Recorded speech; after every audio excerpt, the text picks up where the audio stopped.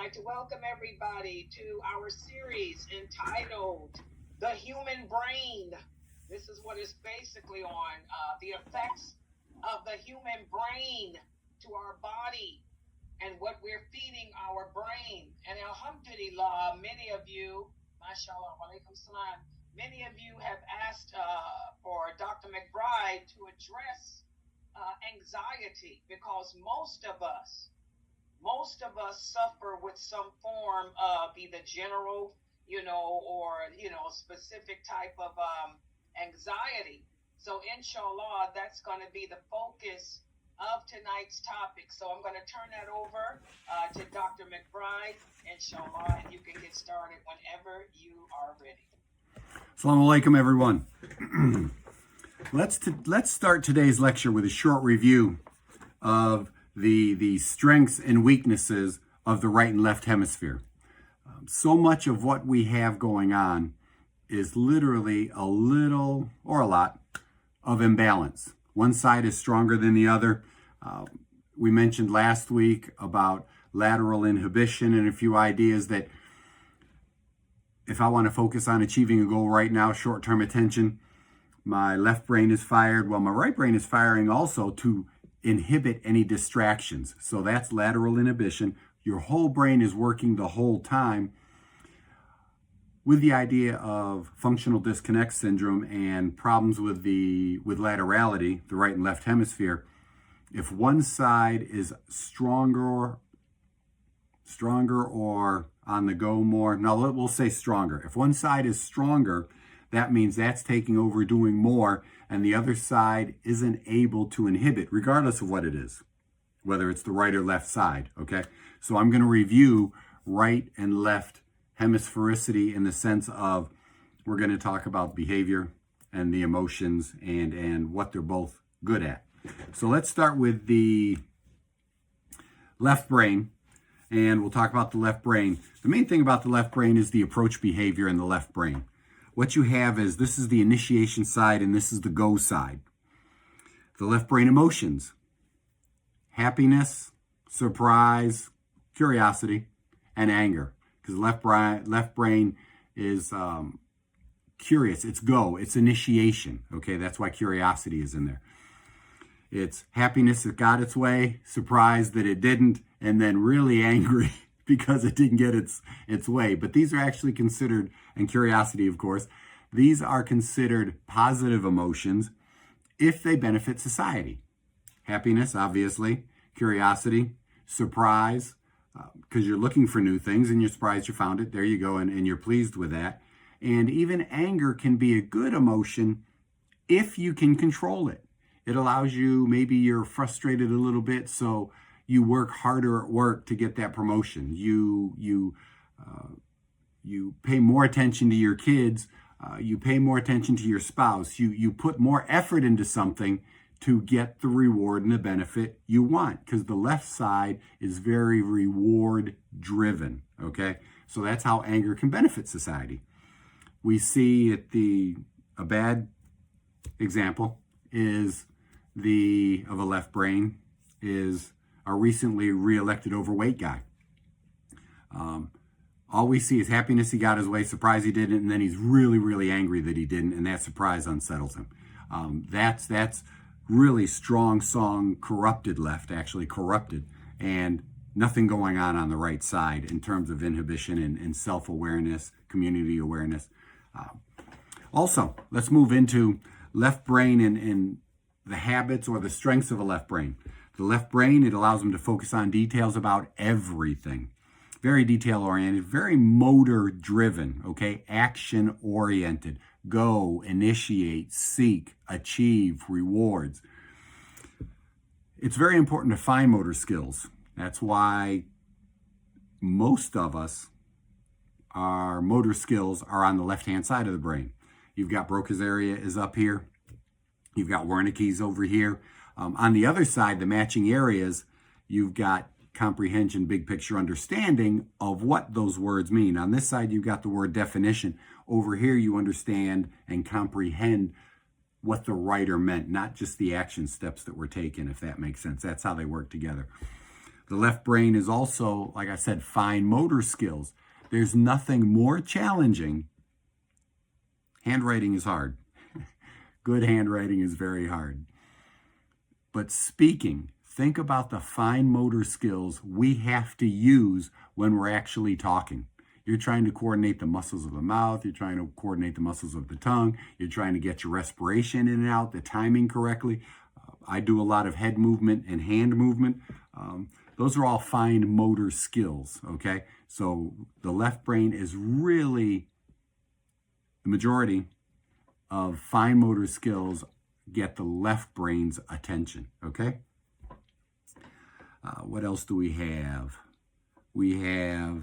It's very controlling the right side of the body. We've talked about that. It likes patterns. That's why it's surprised and it finds frustrating when it's been doing something. Imagine the extreme, an autistic child, and they do not want to stop this until they're done. Whatever their pattern they're following. That's why left brain people really like video games. They look for the patterns, they figure it out, and it's short-term reward achievement. Very linear, very goal-directed, and it can be short-term goals. You've got reward-seeking, verbal skills, reading skills, writing skills, math skills, detailed muscle control we just discussed. And again, the emotions are based on approach behavior, motivation, and like I said, happiness and joy. And joy is shared with the right side. Anger, and like I said, that short-term goal direction, if you don't have the right side balancing it, it's not just goal-directed, but it can be very selfish as compared to the right side of the brain is very socially oriented and big picture.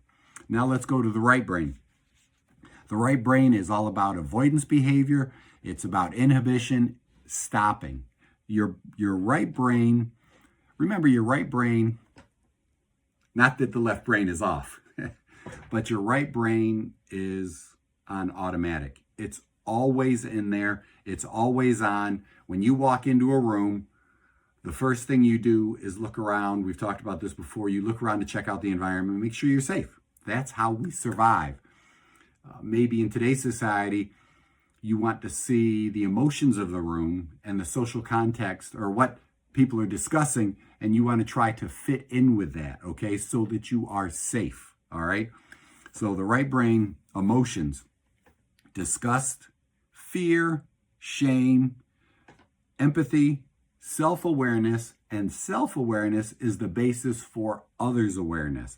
I know how that makes me feel, so now I can better relate to how someone else feels and how I can help them feel better as managing and keeping myself in society.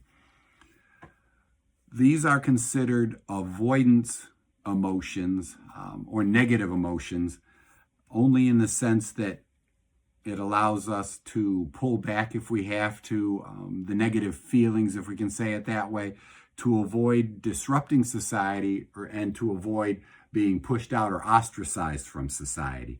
We're trying, the right side is the social brain, and like I said, the left side is the selfish brain. As long as they're balanced, it's okay to be hugely successful and goal-oriented and then turn around like giving zakat. Poor people can't give zakat, right? Or we may want to. We can give our time, but we can't give money. So think about if that's in perfect balance, you can be driven to make lots and lots of money so that you can give lots and lots of charity and benefit society that way. Come up with new ideas, come up with brilliant ideas. The whole Einstein and solving all those E equals MC squared. We also go over into the right brain and what that focuses on. That focuses on the big picture. And we're going to have, inshallah, we're going to give a talk about using the brain to achieve your goals, how to set goals, using brain function and the neurology of the brain to make goal setting easier. Because remember, we're human beings. We wouldn't have survived this long if we didn't know how to achieve our goals. And I know goal achieving can be hard for a lot of us, but not if you know how. And one of these days, inshallah, I've got the lecture almost prepared. to do electron goal setting and how we can use both the neurology of the right side and the neurological function of the left side to achieve your goals and make the plan that'll help you do that.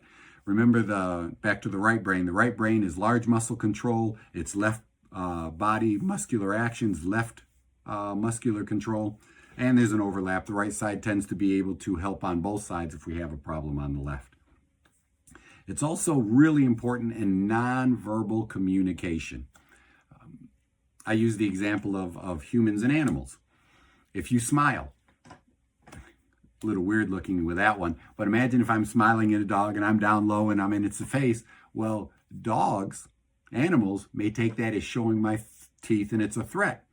If I look at you and I never show my teeth, you're going to think it's a threat and I'm angry. So there's a difference with just smiling and self-awareness and others' awareness. That's the nonverbal communication. The right brain, that's one of the huge strengths of the right brain, is nonverbal communication. Again, if we jump over to autism and a little out on the spectrum on that side, one of the big things about autistic kids, and I think I told you this story before, a patient of mine on the spectrum, real nice kid. Oh my God, so polite, real friendly, had learned how to use the correct tones, but he didn't look at me. When we were talking during his history, when I was asking him, when I'd adjust him, he didn't look at me.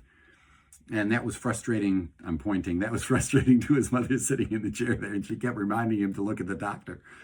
And I told her, I said, not to be rude, but the fact that he's paying attention to me, he's responding appropriately, and we're engaged, he doesn't have to look at me because he doesn't think that's necessary. He's not looking at me to see my response, and he doesn't think he has to look at me so that I see his response because he talked to me. He could hear me.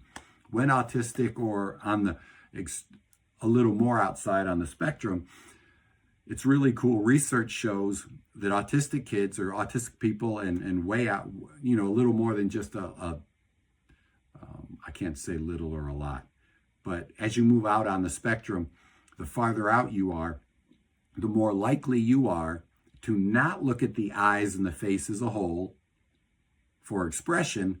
They tend to look at the mouth, and some of the belief is that's where the words come, so they're looking at what's important, and they don't understand the whole nonverbal communication part where I'm looking at the eyes, looking at the face, smiling, sad, angry, furrowed brows, to figure out what context the sentence is being made in. The right brain, that's the huge right side. Like I said, the left side, great verbal skills, definitions, word finding, problem solving, but not big picture understanding. No sarcasm, no metaphors. They know exactly what the characters in the book did, but they don't know why, if that makes sense. The big picture is here. The exact definition is here. They can tell you exactly what happened, but they don't know why they did it or why the author had them, why they wrote that in. And like I said, a huge thing is the self-awareness. Again, as we move farther and farther out on the spectrum, there are whole books written by kids that have improved, and they talk about when they were children, they never felt hungry. They never felt, I remember there's a story about one boy in India. He wrote a book, real popular book. I can't remember the name of it off the top of my head. But one of the things he mentions is that he didn't feel himself have personal sensations until he got in the shower and he could feel the warm water running on him. That's when he felt himself. That's when he knew he had a body. That's when he was aware of himself. They may not smell well. They may not sense hunger and thirst. A lot of times, what we may generally say, kids that bang their heads, they don't feel pain. They don't feel things. So they're trying to stimulate that sensation, some sensation, okay, to maybe they're not aware of it, but they don't have that self-awareness. And that's a right brain strength, is being self-aware. And we'll talk about these strengths and how they can be how they can become weaknesses if there's not a hemispheric balance.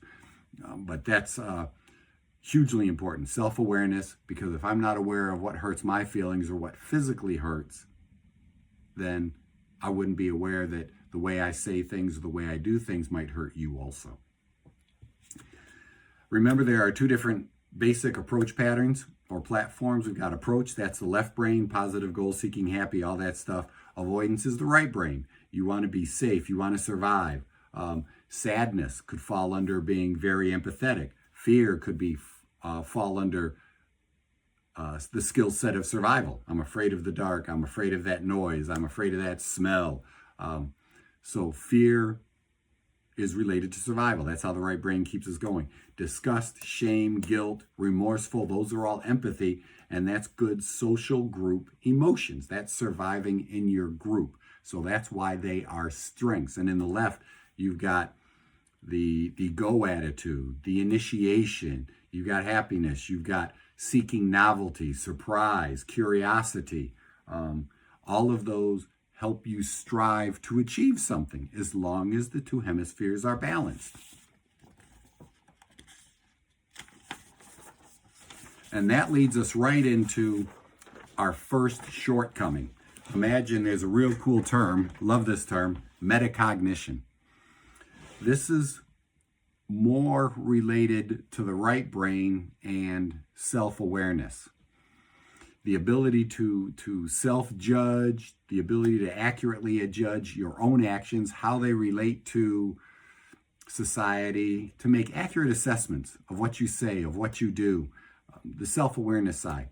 People like narcissists, sociopaths, and psychopaths really lack this. Almost all those psychopathies are left brain problems with a right brain, or it could be a right brain decrease, and the left brain is out there out of control, just acting without emotion, doing whatever it wants to. The right brain also has the moral compass.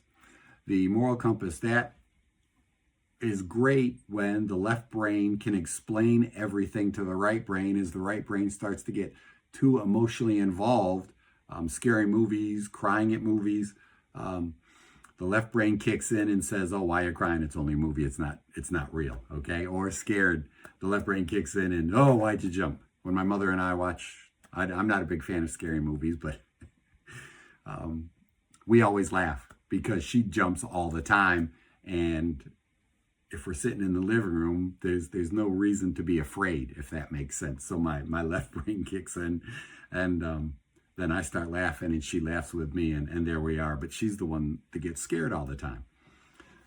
So again, a left brain strength, though, is going to, imagine those strengths with a left brain logical, too little metacognition, not enough right brain, and there's too little metacognition. Now the left brain is going to do whatever it takes to achieve whatever it wants. Okay, like I said, the left brain is very reward driven. So without that metacognition, without the self-awareness and the awareness of others and empathy, the right brain, they become very overconfident, inflated self-image, no self-critique at all because there's no self-awareness. And again, you got narcissists, sociopaths, and psychopaths all lack this. Now, with all of that in mind, let's jump right into right brain anxiety. Now, what we usually see in right brain anxiety is you could have a decreased left hemisphere because it's not balancing, it's not logically talking you down. One of the first things we could look at for anxiety and right brain anxiety is going to be fear or sense of danger. Remember, out in the wild, pretend, out in the wild, you're hunting, and lots of wolves, lots of bears, and you hear that crack, that sound. Now you've got to decide the fear, right? Am I being hunted, or is that what I'm hunting? Okay, so that fear, that sense of danger makes you very aware of movements you may see, very aware of sounds you may hear, to protect you, to keep something from happening. Now imagine fear becomes an override for some reason, and it could be trauma, it could be a history, it could be part of PTSD, trauma related, right? So imagine that fear, that sense of danger. You're always worrying, and that's the right side. You're always worrying that something might happen. If something bad happens, then you're always worrying about it, and then you think, "Wow, I didn't do anything. Something bad happened. It's my fault." You're being way too empathetic, very too self-critiquing. This could even lead into a right brain OCD, where you do stuff out of fear to prevent these imagined actions. You could also do, the second big thing would be guilt and shame, right? Guilt, shame, and embarrassment. You're always worried that you did something wrong, or you didn't do enough. You didn't do anything right. Now you're worrying about having done something wrong, even when you didn't, and this worry extends to others as it worsens. Oh my God, something happened to them. Or in today's society, the immediacy of information. You text someone, you email someone, and they don't return your text right away. Did I do something wrong? Oh, did I say something wrong? Did I not phrase it correctly? Did I use the wrong emoji? Oh my God, did I capitalize anything, right? I think those are all the things. And that sets you up again, that fear, that guilt, that shame, embarrassment, that starts, oh my gosh, that self-critique stuff. I feel guilty. Should I be embarrassed about the way I said it? Should I not have brought that up? Okay. And then another one, that leads us right into a fear of rejection. We are hardwired, most of us are hardwired to be part of a group. We see it in good ways and bad ways. And the Quran speaks volumes. How many verses in the Quran warn us about the company we keep? How many hadith did the Prophet ﷺ give us about surrounding ourselves with good people?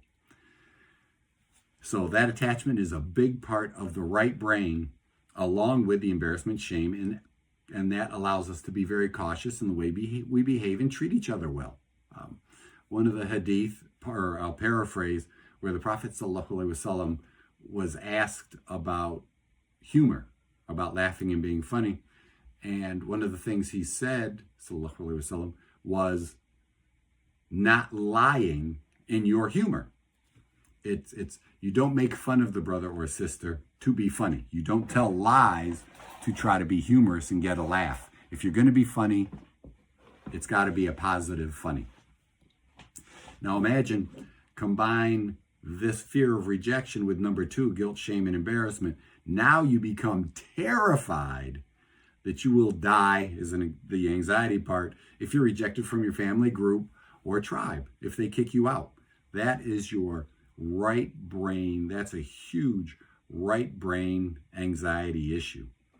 Now, add to that, you've got an overactive right hemisphere. Some of the things you can look at, there's also, you've got your insular cortex and a few things that help us connect with our body. Don't worry about that term, it's just in there. One of the things that you can look at, if you can remember left brain and logically talking yourself down.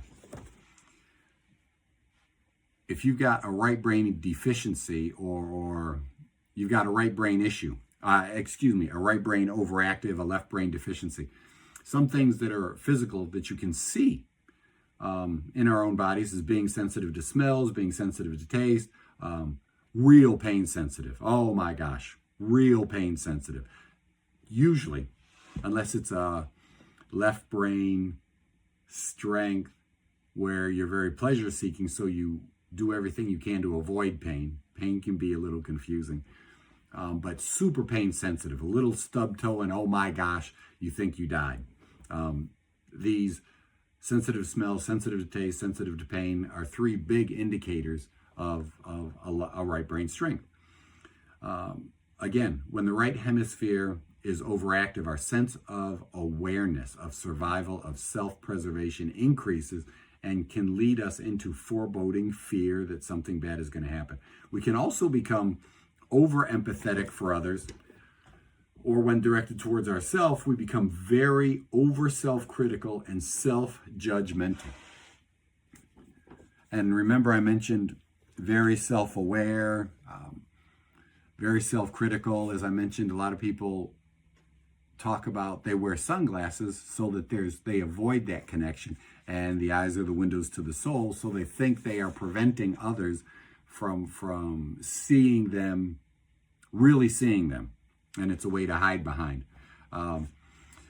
They can also be hypersensitive to the feelings of shame and increase our fear of rejection. Some areas of the brain that may also be involved are 46 and 9. If you remember from our first talk, dorsolateral prefrontal cortex, right hemisphere, may be overactive. Remember, this area of your brain really controls executive functions, and its location ties very closely into the emotional control. And if that right brain is there, now you're going to be over emotional and overstimulated, hyperactive, hypersensitive, whereas the left brain could be less active, and you can't logically, on the left side of the executive decision making, you can't logically talk yourself out of that. Just because the text didn't come back right away, they don't hate you. You didn't phrase it wrong. They may be at work. They may be driving. Don't text and drive. I tell my kids when they're in the car, don't respond. It's not a huge issue for me. And then this increased right hemisphere and decreased left hemisphericity can make someone overly empathetic and sensitive to others' pain as well as their own, almost like they can read. And this is huge with metacognition. You almost develop a sense of, you can anticipate someone else's emotions. And you can really, on a good note, that's the side, the right brain, your ability to put yourself in someone else's shoes. And that allows us to better fit into a group.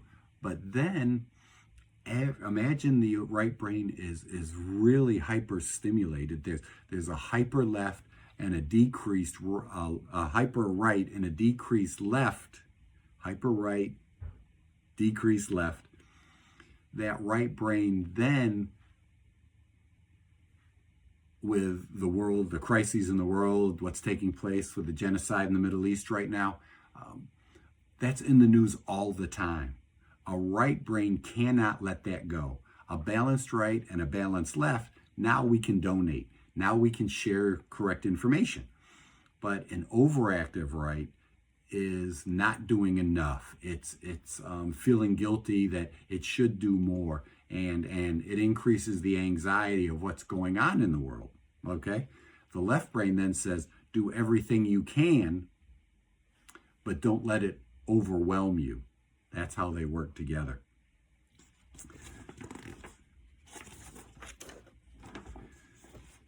Now, let's go into the left brain anxiety. The left brain, believe it or not, the left brain can also feel anxiety. The left brain with an increased left and a decreased right. Of course, we have some of the physical symptoms, obviously, we've talked about, are generally ADHD, autism, tics, hyperactivity in adults. This usually gets internalized and is diagnosed as a generalized anxiety disorder, especially with males. We're raised, and a lot of women too, hopefully you don't take me as being a chauvinist. The idea is we're raised to do something about everything, right? Or do something. And imagine if I'm on the left, I'm trying to get everything done, I don't complete it. The right brain is not there ramping me down saying, well, the goal is to save this much money to pay for your kid's school, and at the end of the week, oh my God, I don't have it. But I don't have to worry about buying clothes or buying groceries for another 2 weeks. So you can see how that not getting things done, that need, that drive, that reward-driven behavior, if that's excessive, hyperactive, especially in adult males, the research shows, it gets diagnosed as a generalized anxiety disorder. They can't relax, their mind never shuts down, and again, most of the sisters, oh, that's me too, my mind, I understand that, I'm fine with that. But it's the research shows that men are usually diagnosed more with a general anxiety disorder, whereas women tend to be diagnosed more with a right brain anxiety disorder from that emotional state. And that could be chauvinism in the research, okay? Because guys can get over emotional and really wound up also, right?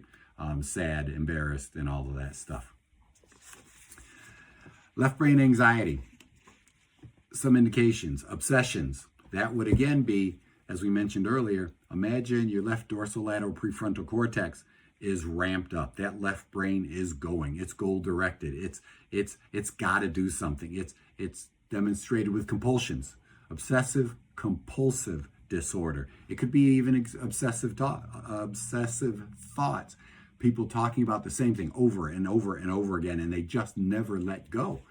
Definitely a left brain, obsessive, and then compulsion is usually the behavior part of it.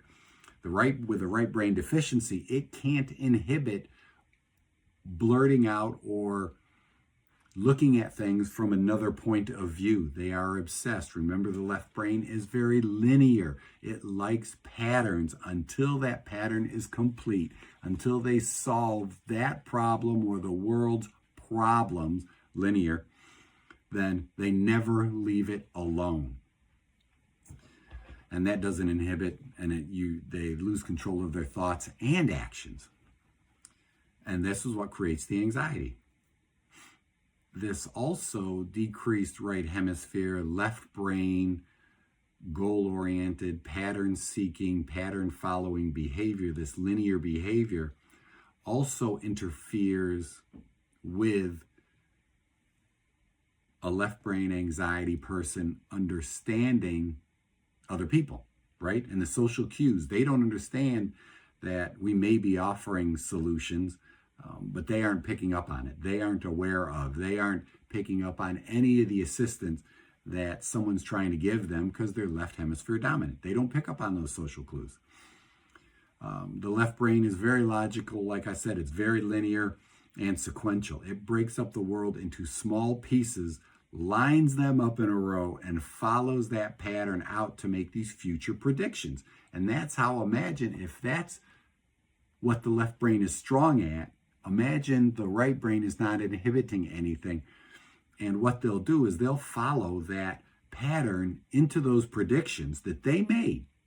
And they are constantly thinking about those predictions and the outcomes that they expect, and they can't stop it.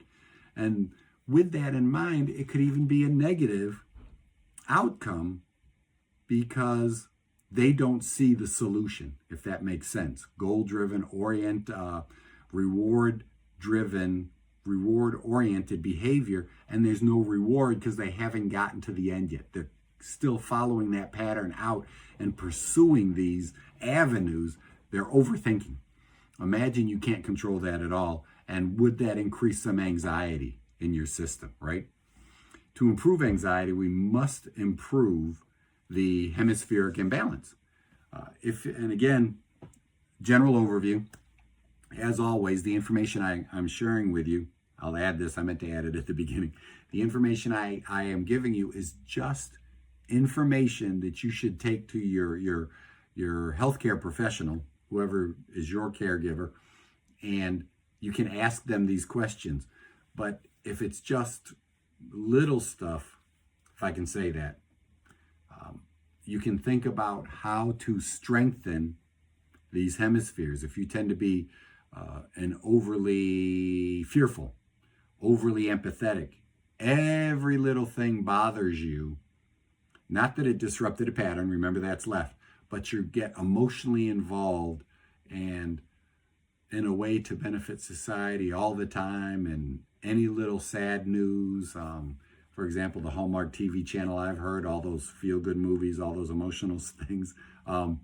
If that's you, then do things to strengthen up the left side of your brain, right? And we've talked about, like I mentioned, the right side of your body. I like something like dribbling a basketball, for example. That's all right brain. Your brain's really having to focus on it. You can sit in a chair and do it. You can stand up and do it. Remember, like I said, if you want to strengthen up the left brain, left smells in the left nostril, listen to the Quran with the phone or your speaker on the right side of your body, because that crosses over. You can, when you're reading the Quran, bring it a little off center and look more left than dead center for a little while. That vision crosses over. These are all things that you can do at home if you're not clinically diagnosed, right? And then the same thing goes do all that stuff to the opposite side so that you can stimulate the right brain if you're left brain dominant. Let's see. So what we want to do is stimulate the hemisphere that is showing the weakness. If they're obsessed with thoughts, if you're compulsive, if you just can't ramp that stuff down, then stimulate the right. That's the inhibition side. If your right side, like I said, over emotional, stimulate the left. And then you got the colors. You can buy inexpensive $5 tinting or sunglasses, kids glasses with, if you want to stimulate the left, you're going to do red, orange, and yellow. If you want to stimulate the right brain, you're going to do blue, green, and indigo, and those shades. Does that make sense? And then there's also anxiety, again, is not that simple. I mean, I'm speaking simply, I think, because I really want you to get a general picture that you can take to your primary care physician, because I'm not that person for you. I'm sharing information for educational purposes. The environment can also have a gigantic override. You could have been a very left brain, logical person, but then you're an ex-soldier, or you had a traumatic childhood, multiple traumas in your life, what we call adverse childhood experiences, ACEs. Could be something like a divorce. It could be you witnessed physical abuse, or you experienced physical abuse. You witnessed emotional abuse. You experienced emotional abuse. There's so many things that can override. The environment can override. One of those, 4 different categories, but one of those is also your attachment style. That was trained into you by the time you were 1 year old. Research shows your attachment style has been trained into you by the time approximately 1 year old, okay? I'm going to give you a definition for each of the 4 attachment styles. And like I said, these could be a great override that may increase left brain or increase right brain in a negative way. The first is the secure style. And obviously that's just like it sounds. You're very secure. You don't need proof every minute of every day. You don't need gifts. You don't need a lot of public displays of affection. You are very secure in the relationship, and you positively reinforce each other all the time. As we mentioned last week, I'm a big fan of, as I talk to my children, I'm a big fan, and as we confirmed in the Quran and the Hadith, of competing in kindness and racing for good deeds, and the different Hadith and the different verses in the Quran that teach us that. I'm very comfortable, very secure in relationships. And that's with friends and spouses and family. You know, my parents, my mother and my stepfather did a great job, alhamdulillah, of creating a security, and then you build on that as you grow. Number 2, avoidant and dismissive or anxious avoidant behavior or attachment styles. And I'll start these in children, okay? In children, because in adults, they add more terms to it, but see how this fits for you. So avoidant, dismissive, or anxious avoidant in children. These are people, kids in particular, but these are people that fail to bring build long-term relationships with others due to an inability to exchange in physical and emotional intimacy. This is usually developed from strict or emotionally distant or absent caregivers. Overridingly strict, and we can all determine how that is, or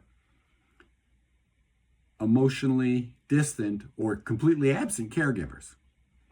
This person usually has a very strong sense of independence, and they think they're strong enough that they don't need other people. But a lot of times this is based on they have a hard time trusting others. This lack of intimacy, emotional and physical intimacy, the hugs from a parent, the love, the parent that says, oh, you can achieve whatever you want to, I love you, all of these things that should be expressed that our religion teaches. that should be there, and they're not. Number 3, anxious or preoccupied or anxious ambivalence. This is a fear of rejection or abandonment. And remember, the word in this one clearly is anxious. Anxious preoccupied or anxious ambivalence. This is a fear of rejection and abandonment, and it depends on this person is always in need of validation from their partner. They need the constant verbal, physical reinforcement. Maybe it's gifts, whatever it is. It's constantly in need of reinforcement. All of that, whether, like I said, whether it's verbal, physical, or gifts, for example, as a validation, and mainly not just the relationship, but that they're valuable, that they are important in this relationship, and it validates them as individuals, not just within the relationship, but they are in need of validation for themselves. And then number 4, disorganized or fearful avoidance. Hugely important. Extremely inconsistent behavior, difficulty trusting others. This usually develops from childhood trauma, neglect, or abuse.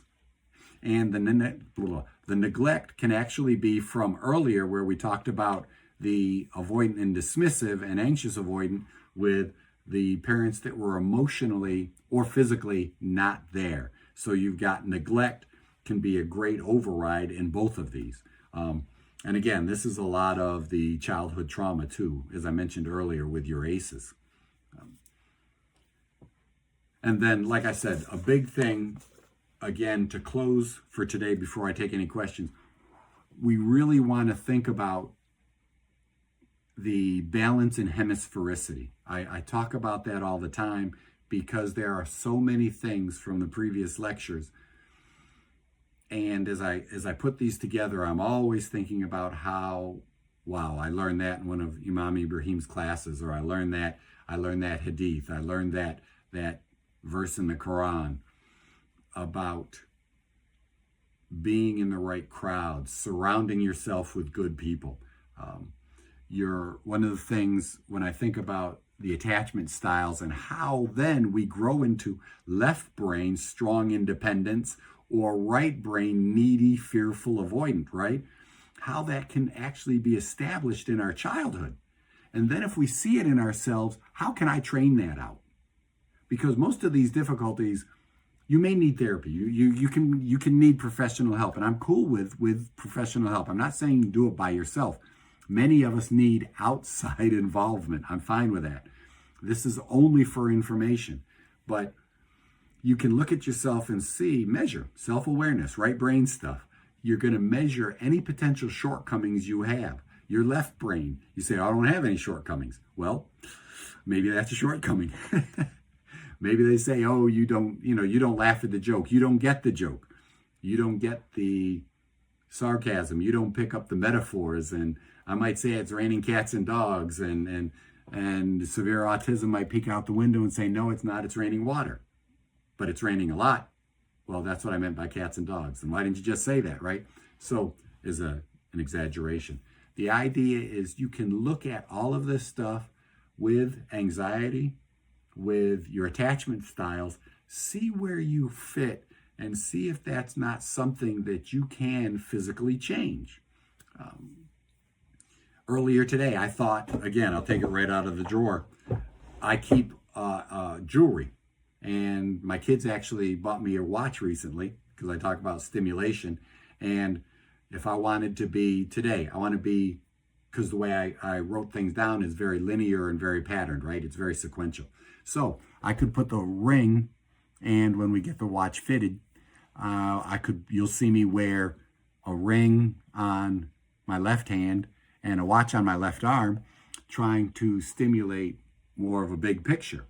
If I want to control and not get carried away with my talking, I might put it on my right side and be more linear and less big picture, more sharing information. Does that make sense? So literally, if you wear jewelry, you can actually switch sides with that jewelry, unless of course it represents something emotional. I think what, wedding bands are left? Whatever it is. But the idea is literally, you can switch sides with the jewelry to actually stimulate whatever hemisphere you're trying to stimulate. When I put it on my hand, when I'm typing or I'm talking, I tend to, the reason I didn't wear it today, believe it or not, is I thought about it and decided not to, because I tend to bring it up and play with it and get even more stimulation. But then I tend to bring it up high enough, and in the camera views, there's a covering of the face and mouth, and I want you to be able to see me when I talk. So literally, it's something as simple as that I do on a regular basis, especially when I'm working by myself.